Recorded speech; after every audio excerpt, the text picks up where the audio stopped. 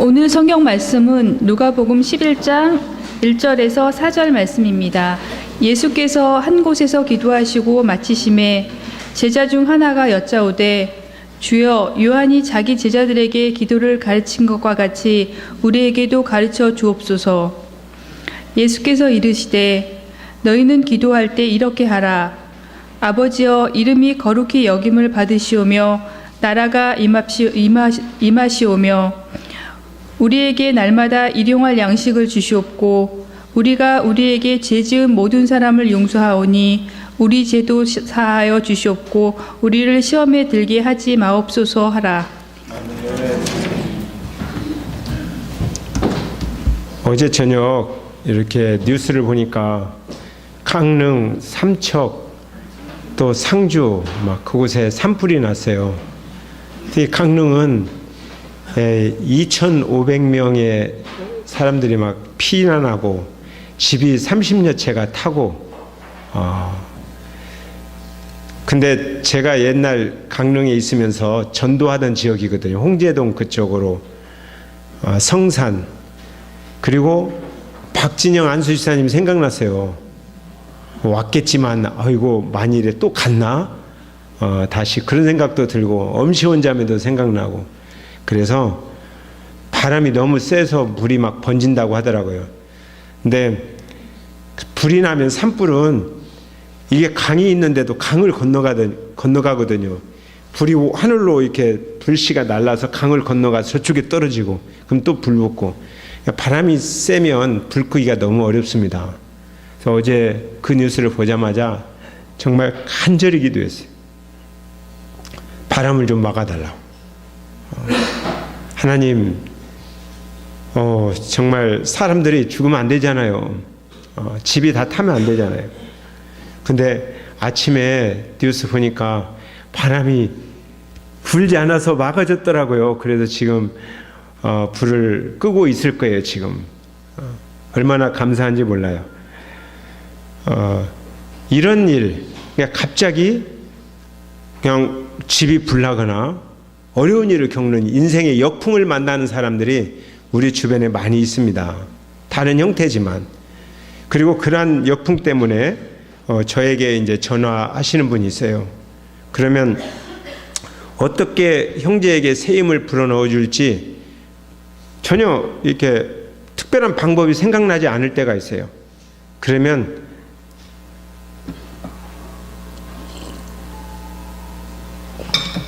그냥 형제 기도하자 이렇게 말합니다. 형제 기도하자. 뭐 할 말이 없으니까 기도하자. 은혜의 사건들을 기억해 보면서 기도하고 우리의 죄의 연약함을 아파하면서 기도하고 우리를 인도하시는 우리 앞길을 열어가실 하나님을 생각하면서 기도하자. 할 말 없어서 기도하자 하는 것 같지만 사실은 기도하자는 것이 가장 강력한 격려입니다. 하나님의 마음을 움직이는 힘이 기도에 있습니다. 우리가 왜 그리스도인이에요? 아무것도 보이지 않는 깜깜한 밤에도 기도할 수 있기 때문에 그리스도인입니다. 다윗이라는 분이 있어요. 가장 훌륭한 왕이지만 그러나 그의 인생을 살펴보면 예기치 못한 역풍을 수도 없이 많이 맞이하신 분입니다. 그러니까 궁궐에서 사는 것보다 사막에서 사는 것이 더 익숙할 만큼 쫓겨다닌 사람이에요. 예기치 못한 일, 그리고 가난하고 궁핍을 경험했고 누구보다도 위험한 상황을 많이 맞이했어요. 그래서 기도할 때 뭐라고 기도해요? 내가 사망의 음침한 골짜기를 지날지라도. 여러분들 중에 이런 기도 드려본 적 있나요? 하나님, 제가 사망의 음침한 골짜기를 지나고 있습니다. 그런 기도 드리기가 쉽지 않죠. 제가 지난주에 또 갑자기 저녁에 이렇게 응급실로 실려가는 일이 있었어요. 가지고 지난번에도 한번 실려가서 바로 또 수술했잖아요. 또 수술하는가 보다 너무너무 배가 아파가지고 허리를 펼 수 없어서 고개 숙이면서 끌려가면서 기도했어요. 그때 뭐라고 기도한지 아세요? 하나님 아버지, 내가 사망의 음침한 골짜기를 지날지라도 그렇게 기도했어요. 그러면서 다윗의 마음을 이해했어요. 아, 다윗이 이런 상황을 수도 없이 많이 맞이했구나. 그럼에도 불구하고 다윗을 보면 고난 가운데 있을 때든지 실수하고 범죄할 때든지 아니면 쫓겨다닐 때든지 항상 그의 시선은 하나님께 있었어요. 다윗이 위대한 점이 바로 그거예요. 비록 자기가 잘못했을지라도 시선을 하나님께로 두고 하나님으로부터 방향을 돌리지 않습니다. 끝까지 하나님 아버지, 내가 아버지의 이름을 부르지 않으면 너무너무 두렵고 아버지의 이름을 부르지 않으면 숨 막힐 것 같고 그래서 내가 절박한 마음으로 간절한 마음으로 아버지의 이름을 부릅니다. 그런 내용이 시편에 여러 군데 나와 있어요. 이렇게 말해요. 나의 하나님이요 나의 하나님이요 내 영혼이 주를 우러러 보나이다. 이게 기도예요. 그의 영혼이 주님을 우러러 보는 거죠. 이스라엘이란 나라는 그렇게 하나님을 우러러 보기를 시작하는 공동체로 시작한 나라예요. 그리고 지도자들이 그렇게 기도했어요. 그런데 시간이 흐르면서 그들이 율법책을 잊어버렸어요. 기도드리는 법을 잊어버렸어요. 어느 때부턴가 하나님의 이름을 부르지도 못하게 했어요. 그러면서 기도는 드리는데 가장 멋있는 언어로 기도문을 만들었어요. 기도문을 낭독하는 기도를 드리기 시작했어요. 기도문을 낭독하는 주문처럼 낭독하는 수준을 넘어서서 형식화시키고 제도화시키면서 사람들에게 보여주려고 의식하는 기도를 드리기 시작했습니다. 이런 그들의 기도의 영향으로 어느 순간 그들에게는 하나님의 마음을 움직이는 기도가 사라졌어요. 하나님의 마음과 우리들의 마음이 부딪히는 기도가 사라졌어요. 기도문은 좋은 단어로 만들어져 있는데 기도는 여전히 드리는데 하나님의 마음을 움직이는 기도가 사라졌다는 거예요.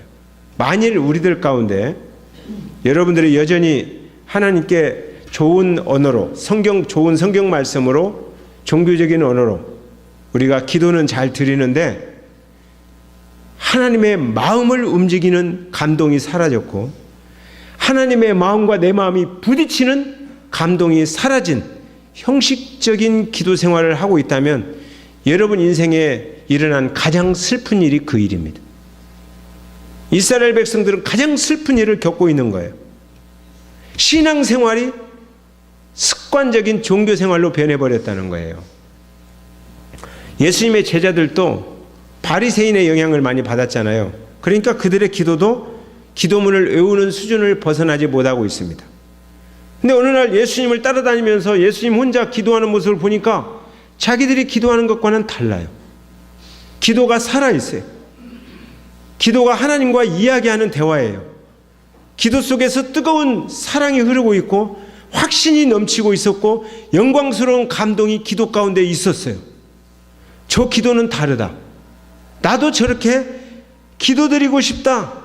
저렇게 친밀한 애정이 흐르는 기도를 드리고 싶다. 이런 마음이 생겨났어요. 그래서 예수님에게 말씀드립니다. 주님, 우리에게도 기도를 가르쳐 주세요. 그러니까 무슨 기도를 가르쳐 달라는 거예요? 그들은 좋은 언어로 형성된 기도문이 있어요. 근데 하나님과 애정이 흐르는 기도를 드리고 있지 않다는 거예요.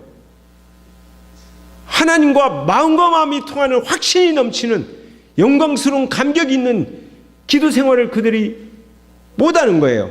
그런 기도를 가르쳐 주세요. 이렇게 질문합니다. 우리들도 그런 기도 생활 했으면 좋겠습니다. 1절 한번 읽어보세요. 1절 시작.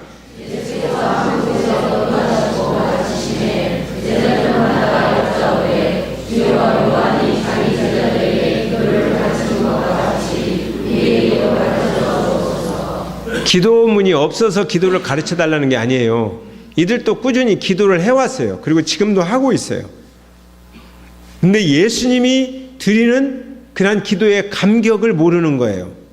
그래서 기도를 가르쳐 주세요. 우리들은 기도를 배워야 됩니다. 제가 가끔 이 집사님 기도하세요. 그러면 저기 홍 집사님 시키세요. 그게 뭐예요? 기도가 부담스럽다는 거예요. 근데 제가 우리 교회 아이들 보잖아요. 현서, 은우 그런 아이들 보면 엄마한테 엄마 아직 제가 말이 어눌해서 엄마와 대화하기가 힘듭니다. 제가 좀 더 커서 대화를 하도록 하겠습니다. 이렇게 말하는 것을 들어보지를 못했어요. 아이들은 그냥 자기들의 언어로 친밀한 기도를 드려요. 궁시렁 하면 저는 잘 못 알아듣겠는데 엄마는 알아듣고 통역을 해줘요. 친밀하다. 그러니까 그들에게는 좋은 언어는 있었지만 친밀함이 없었다는 거예요. 친밀한 언어로 드리는 기도. 그 기도를 가르쳐 주세요. 예수님께서 이렇게 가르쳐 줍니다. 2절 시작. 예수께서 이르시되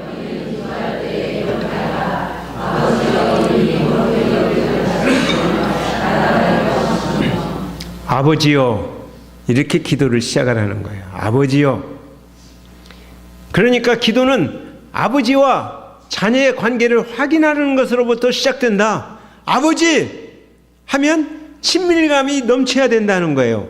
아버지의 이름을 부르면 친밀감이 넘쳐요. 자, 오늘 어버이날입니다. 여러분들 중에 아버지가 많아요.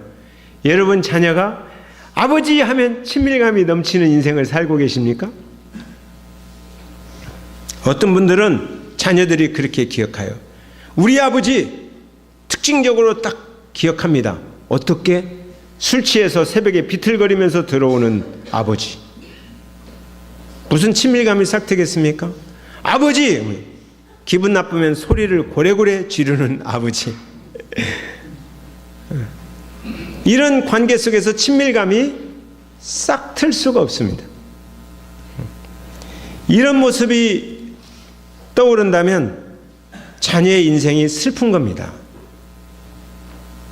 아버지 하면 친밀감이 싹 트야 돼요.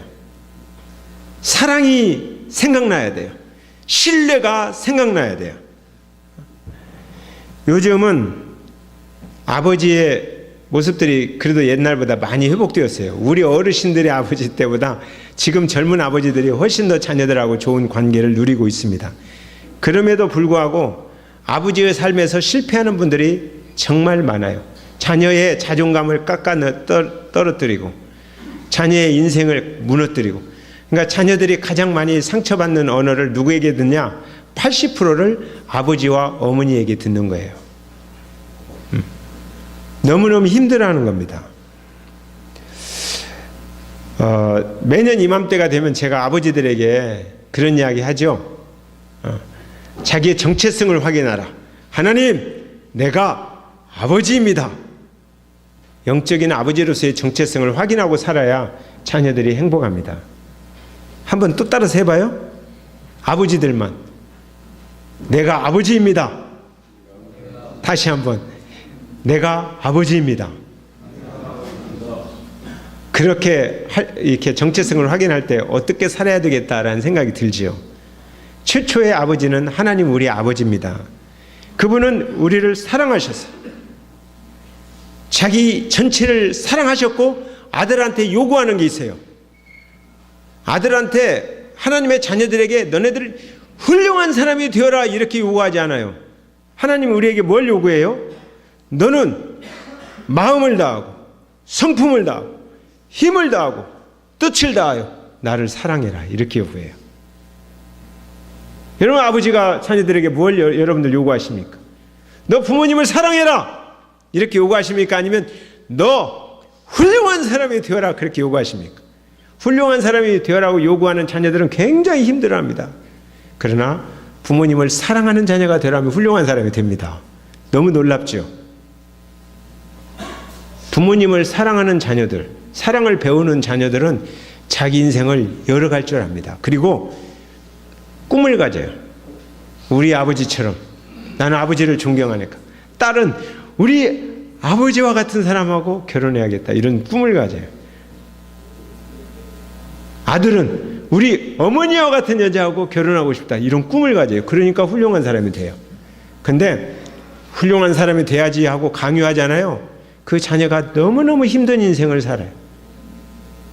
하나님은 우리에게 훌륭한 사람이 되라고 하지 않았습니다. 최초의 아버지, 그 위대한 아버지가 우리에게 부탁했어요.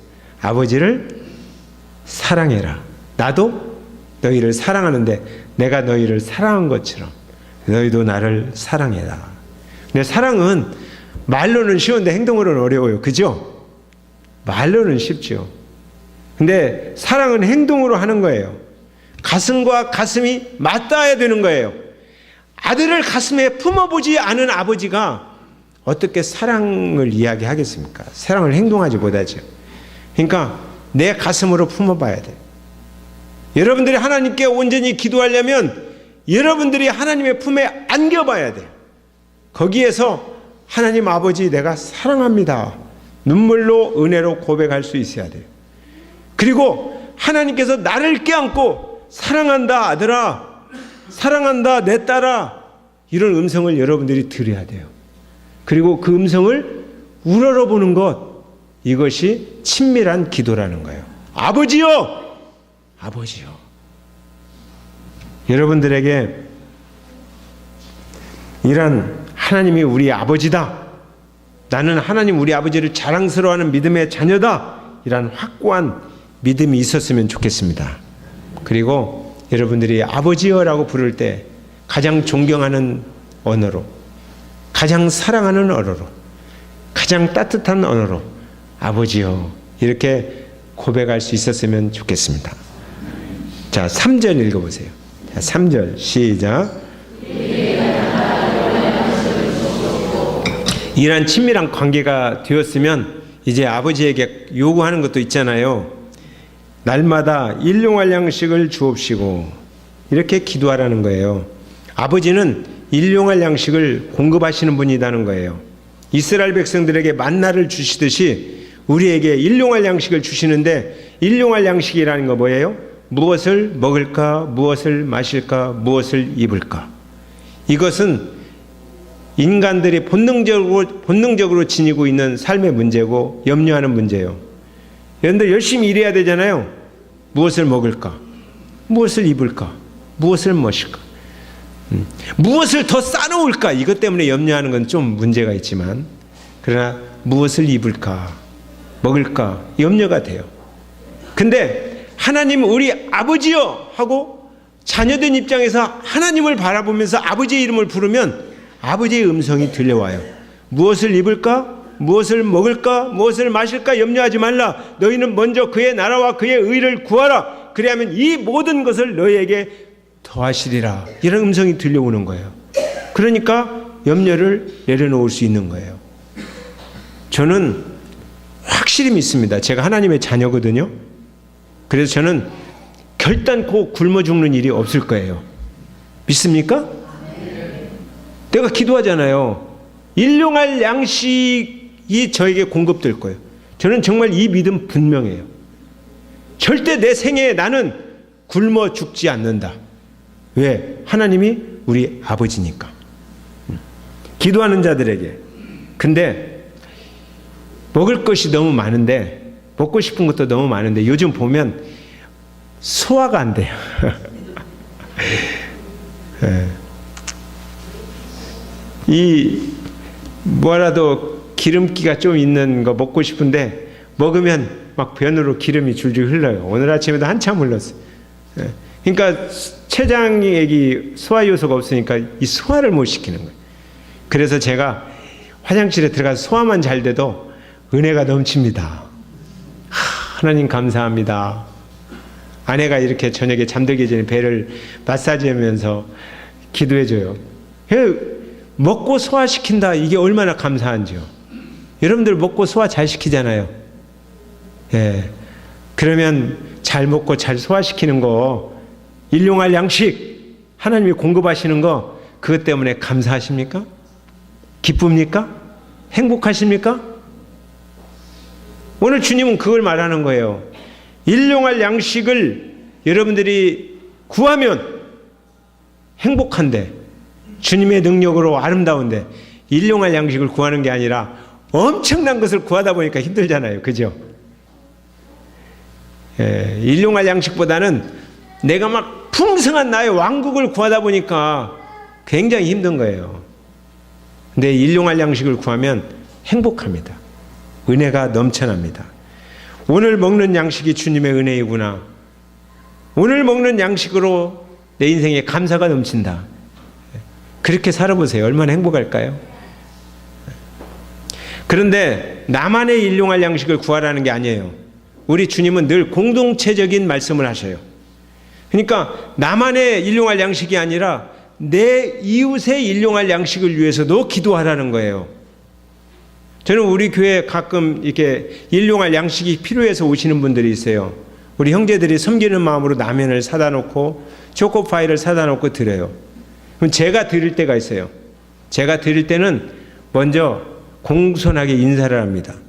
그냥 드리는 게 아니죠. 항상 인사하고 이만큼밖에 못 드려서 죄송한데 그런데 힘내세요. 그러면 제 손을 꼭 잡아주세요. 어느 분이 있을 때 초코파이 있으면 잠깐요. 그리고 초코파이 갖다가 호주머니에 넣어드리면서 이렇게 입맛 없을 때 그렇게 드세요. 왜냐하면 그분들의 일용할 양식을 위해서 기도하라고 했기 때문에 제가 기도합니다. 더 나아가서 북한 주민의 일용할 양식을 위해서도 제가 기도합니다. 아프리카 난민의 일용할 양식을 위해서도 기도하고 전쟁으로 형제와 사랑하는 이들을 잃어버리고 배고파하는 사람들의 일용할 양식을 위해서도 기도합니다. 때때로 우리 교회 점심시간에 제가 그걸 한번 느꼈어요. 일용할 양식을 위해서 오셨는데 맨 뒷줄에 서 계시더라고요. 우리 교인들은 앞에 서 계시고 근데 우리 교인들도 아무렇지도 않게 당연하게 우리들이 먼저 먹고 나중에 드세요. 그런 마음으로 서 있는 건 아니지만 그렇게 받아들이는 것 같아요. 그리고 뒤에 서 계신 분도 당연하게 그래요. 여러분들이 먼저 먹고 남은 것을 우리가 먹을게요.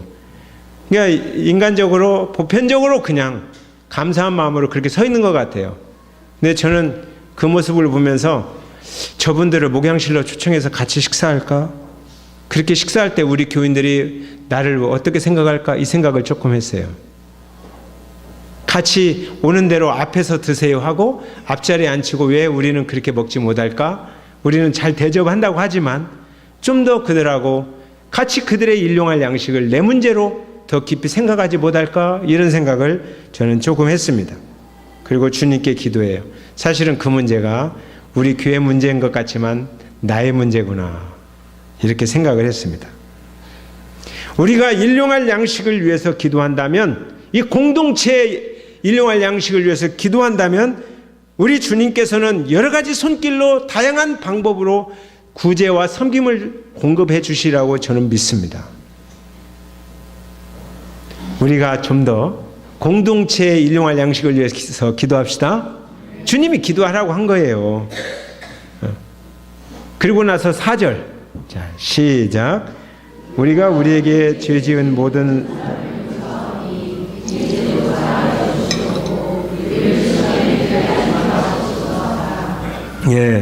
우리 죄도 사해 주시고 우리를 시험에 들게 하지 마옵소서. 여러분들 시험 가끔 드십니까? 시험은 밖에서도 오지만 내 안에서도 와요. 밖에서 나를 걸고 넘어지는 사람들이 오기도 하지만 내 안에 열등감이나 패배감이나 수치심, 이런 분노, 그다음 모진 마음, 고집 이런 것들로부터도 우리는 시험을 받습니다. 관계를 신뢰하지 못하면 말 한마디 때문에도 상처를 받아요. 근데 관계를 신뢰하면 말 한마디 때문에도 행복해요. 요즘 여러분들 그 TV 보다가 시험 드는 분도 있는 것 같아요. 대통령 후보들이 막 말하는 거 들으면서 시험 드는 분 계십니까? 갑자기 저희 아내가 비밀인데 이거 이야기를 저를 노려보고 있습니다. 제 아내가 TV를 보다가 저런 쌍놈이 그래요. 내가 깜짝 놀래갖고 뭐라고? 그러니까 저런 쌍놈이 국민을 무시하는 발언을 저렇게 함부로 한다고 그러면서 실은 이제 제가 아프니까 어떻게든 저를 웃겨주려고 하는 말이에요. 웃음을 이렇게 만드는 말인데 근데 아니 TV에 대통령 후보 말을 듣고도 속상한 거 그거야 어쩔 수 없지만 교회 안에서 목사의 설교를 듣고도 상처받는 사람들이 있어요. 목사는 그래도 대통령 후보보다는 여러분들한테 좋은 말 하잖아요. 근데 목사의 설교를 듣고도 시험에 드는 분이 있어요. 더군다나 교회 안에서 서로 간에 봉사하려고 모여가지고 봉사하다가 시험에 드는 경우도 있어요. 시험을 받으면 마음이 아파요. 마음이 아파. 상처를 받습니다. 마음속에 분노와 두려움과 미움이 생겨납니다. 그런데 생겨날 수 있지만 이것이 주님이 주신 마음이 아니라는 거예요. 주님이 우리에게 두려움이나 미움이나 열등감이나 분노나 이런 거 주시는 게 아니에요. 그러므로 우리는 기도해야 되는 거예요. 주여, 우리를 시험에 들게 하지 마옵소서. 아멘? 그래야 행복해지잖아요. 무슨 일을 할 때도 여러분들이 무슨 일을 할 때 하기 전에 같이 모여서 주여, 우리를 시험에 들게 하지 마옵소서. 아멘? 그러면 은혜가 밀려와요. 설교 들을 때에도 목사님 나 한 방 오늘 치는구나. 그렇게 듣지 말고 먼저 와서 기도해요. 오늘 설교를 통해서 시험에 드는 일이 없도록. 그러면 은혜가 여러분들에게 밀려갈 줄로 믿습니다. 아멘? 아멘. 이렇게 기도하면 주님의 메시지가 들려온다는 거예요. 하나님 아버지, 내가 누구 때문에 시험이 들어요. 그런데 주님이 용서하라고 하지만 아무리 생각해도 그 인간은 용서를 못하겠어요. 쌍놈이에요, 쌍놈. 용서가 안 돼요. 그러면 주님이 말씀하시는 거예요. 내가 십자가 지기 전에 너도 쌍놈이었어. 내가 너를 위해서 십자가 지기가 너무너무 힘들었다. 너 같은 인간을 내가 위해서 십자가로 치다니. 근데 내가 너를 위해서 십자가를 졌어. 내가 너를 사랑한 것처럼, 내가 너를 용서한 것처럼 너도 그냥 용서해라. 용서해야 말씀이 안 막혀요. 내가 미움이 있으면 말씀이 안 들려와요. 용서해야 기도가 되는 거예요. 친밀한 관계가 하나님하고. 내가 용서를 누군가를 안 하고 있으면 하나님과도 관계가 막혀서 친밀감이 막히는 거예요. 그래서 하나님이 나를 위해서 그냥 용서해라 이렇게 말하는 거예요. 그리고 바울은 고린도전서 10장 13절에서 이렇게 말합니다. 사람이 감당할 시험 밖에는 너희가 당할 것이 없나니 오직 하나님은 미쁘사 너희가 감당하지 못할 시험당함을 허락하지 아니하시고 시험당할 즈음에 또한 피할 길을 내사 너희로 능히 감당하게 하시느니라.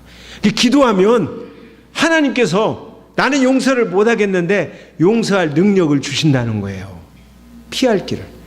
나는 막 부딪혀서 못 피해 가겠는데 하나님께서 피할 길을 주신다는 거예요. 기도하는 사람에게 그렇게 기도하고 살라. 그래야 친밀한 사랑의 관계가 형성이 된다. 이렇게 말씀하시는 거예요. 기도는 하나님께 집중하는 걸까요? 나에게 집중하는 걸까요? 하나님께 집중하는 거예요. 그러니까 대부분 많은 사람들이 우리들이 일반적으로 생각하는 기도는 나에게 집중하는 거예요.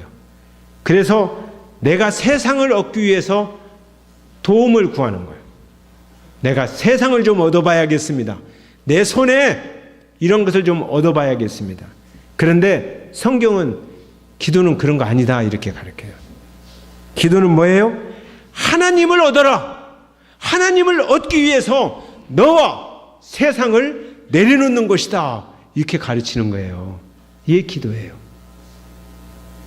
하나님을 얻기 위해서 내 손에 쥐고 있는 나를 내려놓고 내가 얻고자 하는 세상을 내려놓고 포기하면서 빈자리를 만들어서 하나님을 모셔드리는 거예요. 이게 기도예요. 제가 몸이 아프다 보면 저도 그렇게 기도할 때가 있어요. 자꾸 나 자신에게 집중되는 거예요. 근데 오늘 이 설교 말씀을 준비하면서 저의 기도 생활을 한번 점검해봤어요. 나는 올바로 기도하고 있는가? 올바로 기도하기 위해서 먼저 주님을 세워야 되잖아요. 제가 이렇게 낮에 산길을 걸고 숲길을 거닐면서 노래를 많이 불렀어요. 내가 주인 삼은 모든 것 내려놓고 내 주 되신 주 앞에 나가 내가 사랑했던 모든 것 내려놓고 주님만 사랑해. 노래를 부르고 또 부르고, 주사랑 거친 풍랑에도 깊은 바다처럼 나를 잠잠케 해. 주사랑 내 영혼의 반석 그 사랑 위의 소리. 이 노래를 여러 번 불렀어요. 그리고 주님께 집중하는 기도를 드렸어요. 그랬더니 저의 잘못 드리는 기도의 모습이 탁 보여지는 거예요. 하늘의 뜻을 구하기보다는 내 뜻을 구하고 있는 거예요. 아버지요! 아버지의 뜻을 구하보다는 아버지의 이름을 안 부르고 있는 거예요. 아버지의 이름을 불러야 되잖아요. 그래서 바로 회개했어요. 하나님, 내가 아버지의 이름을 불러야 되는데 이웃의 일용할 양식을 구하기보다는 나의 풍요로움을, 이미 채워진 일용할 양식을 넘어서 나의 풍요로움에 집중하고 있는 거예요. 그래서 기도했어요. 하나님, 일용할 양식을 구하라고 했는데 이웃의 일용할 양식을 내가 구하지 않고 있습니다. 그러다 보니까 나의 풍요로움에 집중하고 있습니다. 용서해 주세요.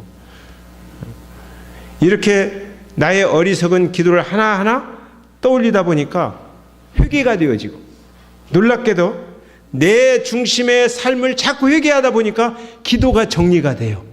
그리고 하나님의 이름이 내 가슴에 새겨져요. 여호와 라파의 하나님, 나를 치유하시고 나를 회복하시는 하나님께서 내게 평화를 주시고 나의 기도를 새롭게 해주시는 거예요. 하나님 중심으로 아버지요 이름을 부르면서 아버지와 관계를 새롭게 생각나게 하시고, 이웃의 일용할 양식을 기도하면서 이웃을 긍휼히 여기는 마음을 주께서 새롭게 하시고, 여러 가지 문제로 지금 아파하고 시험에 든 지체들의 이름을 부르는 동안 그 지체들을 사랑하는 마음들을 일깨워 주시고, 주님이 십자가의 보혈로 나를 자유케 하고 내 인생을 회복시키는 모습을 경험할 수 있었어요. 그래서 탁 서서 여호와 라파의 하나님, 나를 치유하시는 하나님, 아버지, 그렇게 손을 들고 기도했습니다. 혹시 여러분들의 기도 생활은 어떻습니까? 아버지,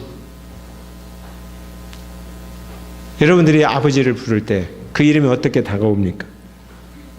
아니면 아버지에게 집중하지 못하도록 방해하는 장애물들이 여러분에게 있다면 그거 내려놔야 돼요.